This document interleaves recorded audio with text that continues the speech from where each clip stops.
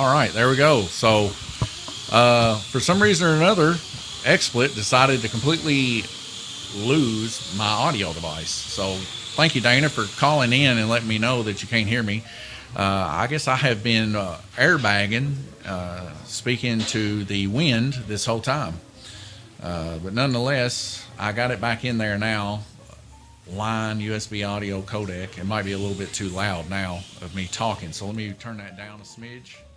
Back to my old line. There we go. And you should be hearing me now. If you're watching this on YouTube, definitely send me a little bit of a chat here as I automatically updated that. And let me know if you can hear me if you're out there watching it. But I assure you, I have been commentating this whole race. I hate that for some reason or another that portion popped out of the live stream. This is the kind of stuff that happens on this XSplit all the time. Every time I load this up, even though it's the same instance, it'll take pictures out and it'll change things around and everything else. But at least you enjoyed the jazz music, I guess, the whole time during this race. But kind of to catch you up, we'll go back over to the big oval here. Nathaniel Burden's been putting on a show here all race long. As you can see, 263 total laps here. He's running the show. For those that don't know, it's the first time I've failed anybody in tech.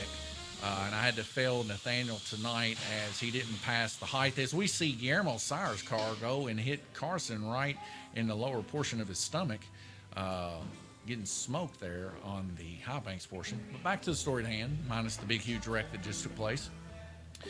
Nathaniel Burden failed tech, so he had to get him a new set of tires because his chassis was just too low. So we ended up getting a new set of tires, and now he's flying, folks. Not to mention Jay Latham, first heat. That's why he's down so low, for those that don't know. In the first heat, Jay Latham completely had a gear mess up, and the motor just wasn't good. So we swapped out the motor. It ended up burning up, and put the gear and stuff like that back in it. Got him back running. So this is 2 races in a row. Jay has suffered from power plant issues. But anyways, he's trying to make a climb back up. He's getting a lap or 2 every other heat, but he really is going to have to rely on somebody to just fully come out of the race for him to climb up. As everybody else is pretty much running in the 2.2, 2.3 range. Some of the outliers like Guillermo running 1.8s, like him and Nathaniel, 1.8, 1.9s. We'll see Weston running 1.9s and stuff too. But like I said, those are outliers, and it's going to be a hard row to hoe for sure to catch Nathaniel Burden. He is flying here today in that black number 2 car. Garrett and Glenn Burden both had some issues with their cars starting out where they were kind of binding up. Glenn, I know for a fact, got his fixed to where that it would stop binding up, and he was starting to run similar times to Nathaniel. As you can see, he still is. His best lap 2.04 to Nathaniel's 2.06. Their medians roughly 0.02 of a second different. But that pretty much catches you up on basically what's been going on this race. A lot of clustering, a lot of wrecking in comparison to some of the other wrecks that we've had. I've had several cars off of the track this race. But yeah, sorry that for some reason or another my codec went out. Let's see if I can show it to you on the screen here. I'll show you the one that it went out. So if you look up here, actually I can just take you to TrackMate real quick. If you look right here, that little explanation mark means that my USB got disconnected for a short second and got plugged back in. Well, it didn't recognize it after it, and that's why I got that arrow. So what I just did a while ago is I just searched it again, and now this is our microphone, the line audio codec. So thank you, Dana. I appreciate you giving me a call and letting me know that that was taking place. Because without that, there would be no commentating whatsoever for this race, and y'all would be listening to the smooth jazz sounds of Epidemic Sound. That's something too, Epidemic Sound. We do have it on for a reason to kind of keep certain audio signals from outside coming into the microphone if it's a little bit too loud. Ends up giving us copyright issues where people cannot hear for a certain portion of time.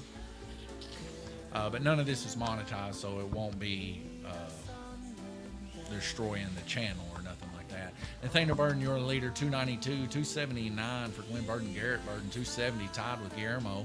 Guillermo coming up from nowhere's land, but making aggressive moves there on purple, turning 60 total laps on purple, 2 laps better than what we've seen Nathaniel turn. But is it going to be enough? Nathaniel turning very impressive 53 laps to Guillermo's 48 there on white. I think Nathaniel's pretty much maybe had this one in the bag unless he has something catastrophic take place. I'm going to take you over here to the oval, listen to some of this smooth jazz, and enjoy yourself. Minute and 30 seconds. We'll be right back with you.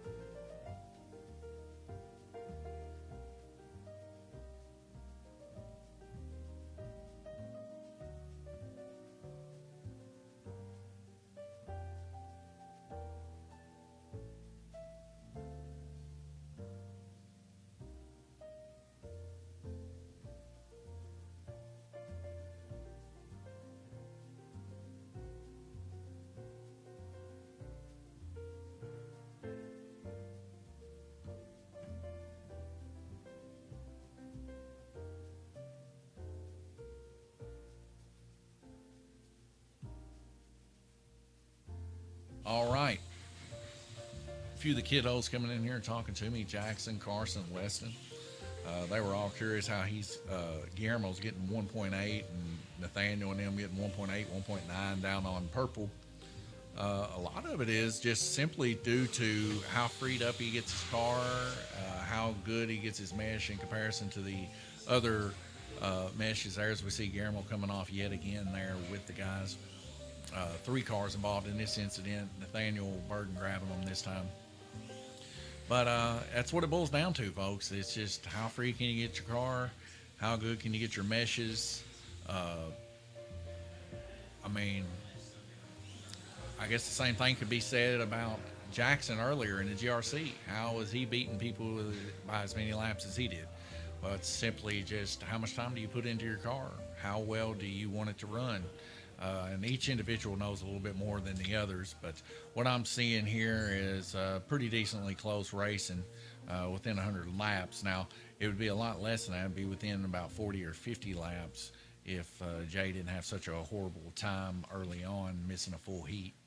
But like I said, a great equalizer here, I guess, is, maybe go over there and ask him instead of asking me, because I'm not Guillermo. You want to know how Guillermo's running 1.8, 1.7 second lap times? Just go talk to him. Right now it's showing that he's running a 5.94. So I don't know. Everybody's different. Some people share more information than others. I can't force people to tell their secrets. But I do know this. All these cars are open belly up for anybody to look at before the race. I've checked the motors. Everybody's running stomp motors. These motors are pressed sealed cans at the end. Everybody's running in a 929 tooth gear. All I can do is make it as fair as I can. Everybody is within width of each other. They have to have their certain widths, and you can't escape from that.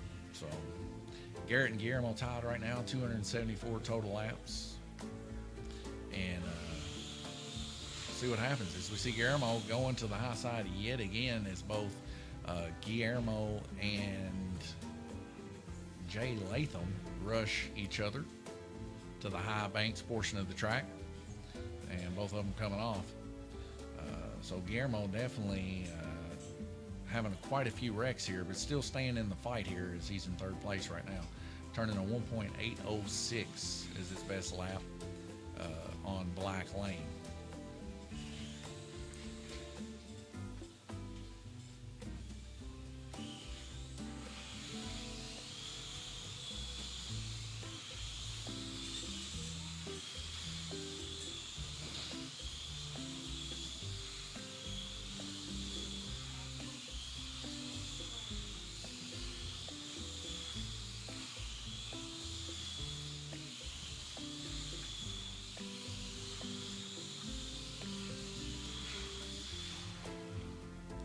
One second, folks. We'll be right back with you.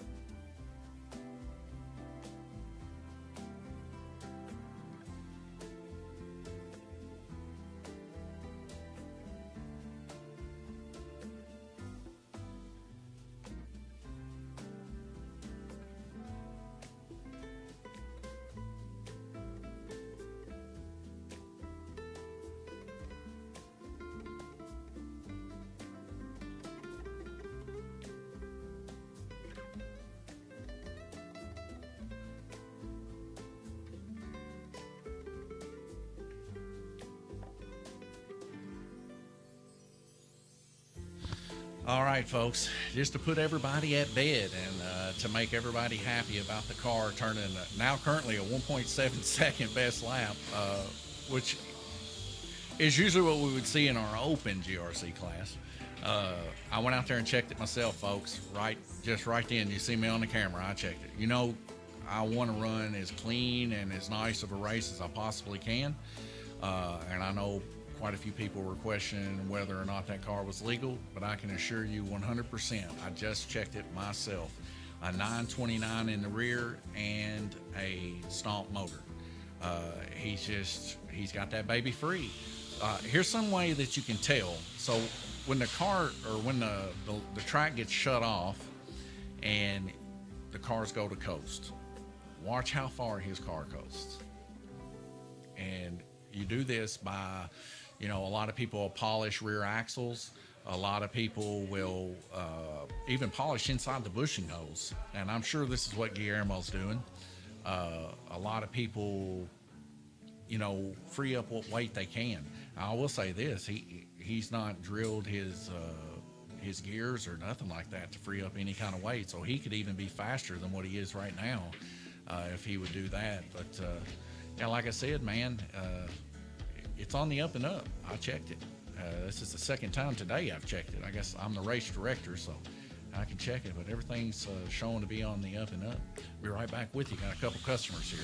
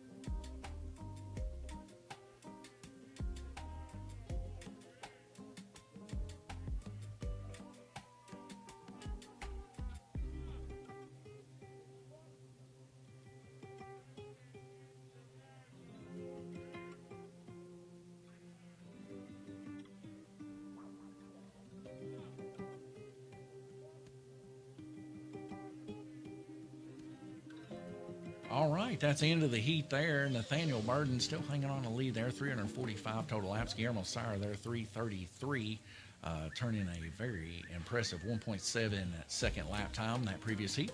Lynn Burden there with 331 total laps. Garrett Burden, 323. Weston Durham with 321. Jackson with 317. Carson with 293, and Jay Latham with 257. I'll leave you over here with the oval, and I'll be right back with you just as soon as everybody's ready.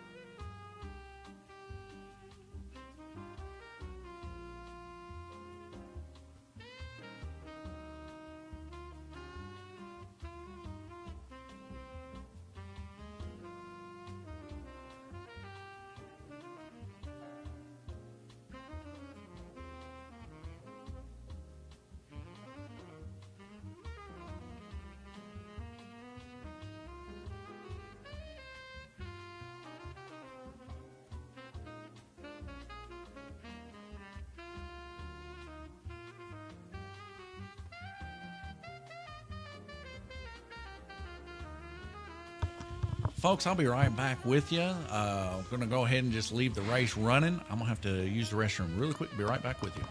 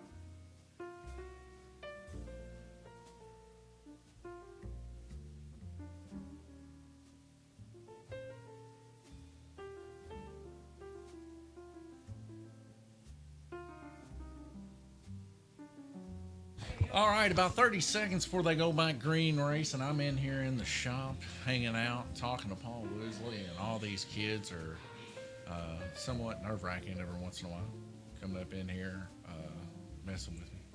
But I like them nonetheless. Weston and Jackson and Carson and them coming in earlier. Curiosity, drives these kids. As we see 11 seconds left to go before we go back green racing, we do see Weston there in the upper right-hand portion of your screen. Controller in hand, fresh new brake pod in his controller. On the orange lane, we see Guillermo Sire getting his car in for the last hoorah. Who's going to bring home this victory? It's still up in the air, folks. So we see your current leader, Nathaniel Burden, 402 total laps. Guillermo Sire there in second place with 398. A minute and 50 seconds left to go.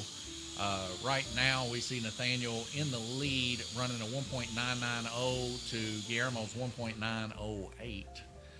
We get a track call here. Something's going on. Oh, so we see a little bit of a rivalry between the two. Both of them on the buttons there, both Nathaniel and Guillermo not giving an inch whenever that came on.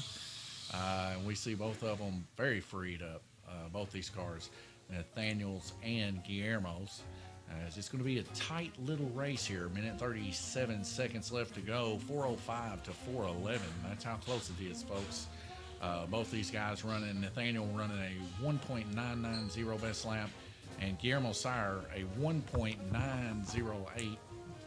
Medians negligible within 0.07 of a second.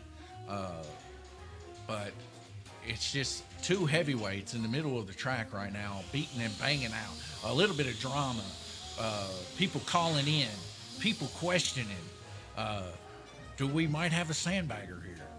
I love it, folks. We went out, we checked it out, everything checked out good, and now here we are, back in the mix, running hard. Too many people pressing the button simultaneously. If you're not off the track, quit hitting the button. As we get another coast there yet again. I don't know what's going on here. People are not, all kinds of manner of mess taking place here. Confusion, would say the very least here. Minute and 20 seconds left to go, and I don't know what just happened there. Maybe you do. 422 to 418 currently right now. Guillermo Sire able to grab one lap on Nathaniel Burden as we see a car to the inside. The most freed up cars here today, definitely Nathaniel Burden and Guillermo Sire when the track gets shut off. Both of them extending their leads quite a bit. That's where you're seeing these 1.7s, these 1.6 lap times and stuff like that. Or I don't know if we've seen a 1.6 today, but low 1.7s. When a track gets shut off, folks, the timer stops. So when it gets put back on, and let's say they coast 7 or 8 car lengths, when a track gets put back on, well, they've just gained 1/10 of a second there. Basically, they're warping time, I guess you would say. But just by looking at these cars, both of these guys' cars, both of them are running relatively the same, it looks like to me. Now, the differences between where they're located on the lane, of course, Nathaniel Burden here currently on the lower portion of the track should in turn more laps. But he just got involved in an incident there, so he's going to lose that time there and get drawn back towards the back portion of the track. Right now, if I was Nathaniel, I would just make sure that when I'm running, I don't allow Guillermo Sire to pass me. It's that simple. He's got the bottom side. He has the advantage. But with what's going on here today, a lot of people's nerves running. We can see Guillermo's car slip-slopping back and forth. He's driving a little bit deeper than most, and the track gets shut off, and we see Guillermo with a beautiful coast all the way around Dead Man's Corner, where we only seen Nathaniel maybe coast about a quarter of that. These are big changes in lap times. It's all about the details and how that you prepare your car. One way to speed up a lot of coasting and being able to hang in there a lot closer is definitely, polish those axles. When you set your car, make sure that it's so free in the back that nothing holds it back. Same way in the front. The front is almost more important than the rear. If you don't set those heights just perfect, and the width's just perfect, and you don't have all that stuff polished up inside, it will slow you down. But if you got everything freed up like it's on ball bearings but riding in bushings, then you got nothing to worry about when it comes to the track getting shut off. You'll coast just as far as anybody else that has their car freed up. It's coming down to 2 laps as a separator here. 12 seconds left to go in this heat, and it looks like we got quite a few more cars coming off the track here. This is definitely not what Nathaniel Burden wants to see, as this is the second or third time he's been put back in front of that line again. Each time this takes place, he's giving up a lap. This might actually put him and Guillermo on the same lap here. Nathaniel's still hanging on there by 1 lap. It's coming down to the wire between him and Guillermo Sire. 9 seconds left to go.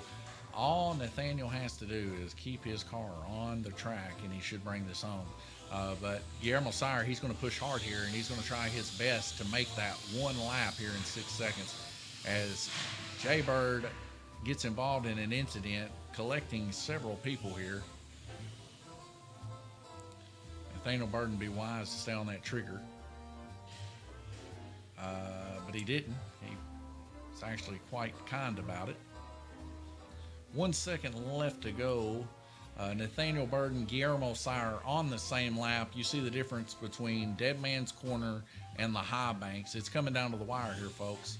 30 laps separates Glenn Burden from Nathaniel Burden.